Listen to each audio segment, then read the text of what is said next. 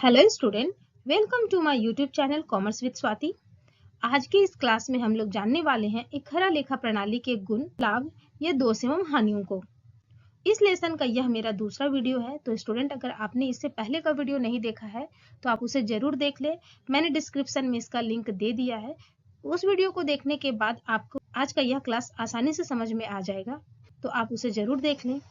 और अगर आप चैनल पे नए हैं तो चैनल को जरूर सब्सक्राइब कर ले, ताकि आगे कॉमर्स से संबंधित आने वाली अनेक टॉपिकों की जानकारी आपको इस चैनल के माध्यम से मिलती रहे। तो चलिए बिना देर के हुए आज का यह क्लास शुरू करते हैं और जानते हैं एक खरा लेखा प्रणाली के गुण दोष को। एक खरा लेखा प्रणाली के गुण या लाभ निम्नलिखित हैं। पहला पॉइंट है गोपनीयता। व्यवसायिक लेन देनों का लेखा व्यवसायी द्वारा स्वयं ही किया जाता है, जिससे किसी दूसरे व्यक्ति को व्यवसाय के बारे में जानकारी नहीं मिलती है। इस तरह व्यवसाय की गोपनीयता बनी रहती है। तो बच्चों, एक खरा लेखा प्रणाली में क्या होता है कि व्यवसायी स्वयं व्यवसाय करता है, दूसरे व्यक्ति को व्यवसाय की जानकारी नहीं देता है, दूसरे व्यक्ति को व्यवसाय में शामिल नहीं करता है, जिससे उसकी व्यवसाय की पूरी गोपनीयता बनी रहती है। दूसरा पॉइंट है विशेष ज्ञान की आवश्यकता नहीं। एक खरा लेखा प्रणाली का उपयोग करने के लिए किसी भी व्यक्ति को विशेष ज्ञान एवं प्रशिक्षण की आवश्यकता नहीं होती है। थोड़ी बहुत ज्ञान के आधार पर कोई भी व्यवसायी अपने लेखांकन कार्य को कर लेते हैं, क्योंकि इसमें दोहरा लेखा प्रणाली की तरह कोई नियम एवं सिद्धांत नहीं होते हैं। एक साधारण बुद्धि वाला व्यक्ति भी एक खरा लेखा प्रणाली के अंतर्गत अपने लेखांकन कार्यों को कर सकता है। तीसरा पॉइंट है कम खर्चीली।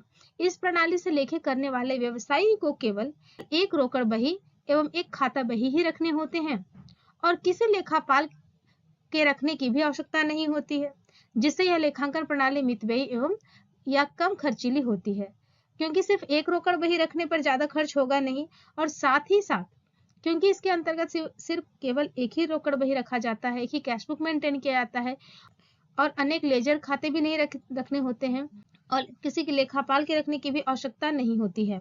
इस प्रकार यह प्रणाली कम खर्चीली होती है। नेक्स्ट पॉइंट है समय एवं श्रम की बचत। कम लेखा पुस्तक रखने के कारण इस प्रणाली में कम लेखा पुस्तक ही रखे जाते हैं। कम लेखे होने के कारण इस प्रणाली में कम लेखा पुस्तकें ही रखे जाते हैं, जिससे समय और श्रम दोनों की बचत होती है। नेक्स्ट पॉइंट है छोटे व्यवसाय के लिए उपयुक्त। यह प्रणाली छोटे व्यवसायों के लिए उपयुक्त होती है, क्योंकि इनमें लेन देन कम होते हैं और यह प्रणाली सस्ती एवं कम समय लेने वाली होती है। और छोटे व्यवसाय के लिए इसलिए उपयुक्त होती है क्योंकि छोटे व्यवसाय में लेन देन की जो संख्या होती है वो कम होती है। नेक्स्ट पॉइंट है लाभ हानि का निर्धारण आसान। इस प्रणाली में लाभ हानि का पता लगाना बहुत आसान होता है, क्योंकि कम लेखे होते हैं, कम लेखा पुस्तकें रखी जाती हैं, तो ऐसी स्थिति में लाभ हानि का आसानी से पता लगाया जा सकता है। इतने सारे लाभ होने के बावजूद एक खरी लेखा प्रणाली की कुछ हानियां भी हैं, कुछ दोष भी इनमें पाए जाते हैं। तो आइए आगे जानते हैं एक खरा लेखा प्रणाली के दोष एवं हानियों को। एक खरा लेखा प्रणाली के दोष एवं हानियां निम्नलिखित हैं। पहला, अवैज्ञानिक एवं अपूर्ण प्रणाली। इस प्रणाली के अंतर्गत व्यावसायिक लेन देनों की केवल एक पक्ष का ही लेखा किया जाता है, केवल व्यक्तिगत खातों का ही लेखा किया जाता है और वास्तविक एवं अवास्तविक खातों का लेखा नहीं किया जाता है, जिसके कारण यह प्रणाली अपूर्ण लेखा प्रणाली कहलाती है। क्योंकि सिर्फ जब व्यक्तिगत खाते ही रखे जाएंगे और रियल और नॉमिनल अकाउंट से संबंध लेखे नहीं किए जाएंगे, तो जाहिर सी बात है कि यह जो प्रणाली होगी लेखे की, ये अपूर्ण प्रणाली ही कहलाएगी।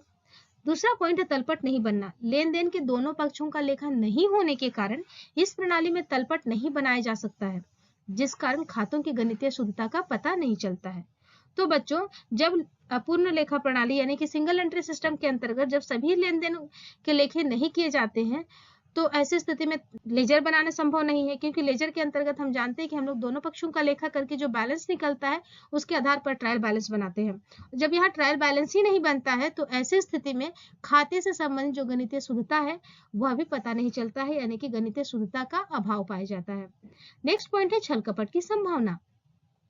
इस प्रणाली में खातों का पूर्णतः लेखा नहीं होने के कारण छल कपट, गबन एवं जालसाजी की संभावना बनी रहती है। तो बच्चों, इस तरह के खाते जब कोई व्यवसायी रखता है, तो वह पूरी संभावना होती है कि वो बहुत सारे लेखे जो होता है उसे वो नहीं लिखता है, छुपा देता है, या बहुत सारे लेखे वे नहीं करते हैं, और ऐसी स्थिति में कोई भी छल कपट या गबन करना उनके लिए आसानी हो जाती है। नेक्स्ट पॉइंट है सही लाभ हानि का निर्धारण नहीं। इस प्रणाली में केवल व्यक्तिगत खाते ही रखे जाते हैं। वास्तविक एवं नाममात्र खातों का लेखा नहीं किया जाता है। इसके साथ तलपट भी नहीं बनाया जाता है, जिससे व्यवसाय की सही लाभ हानि का पता नहीं लग पाता है।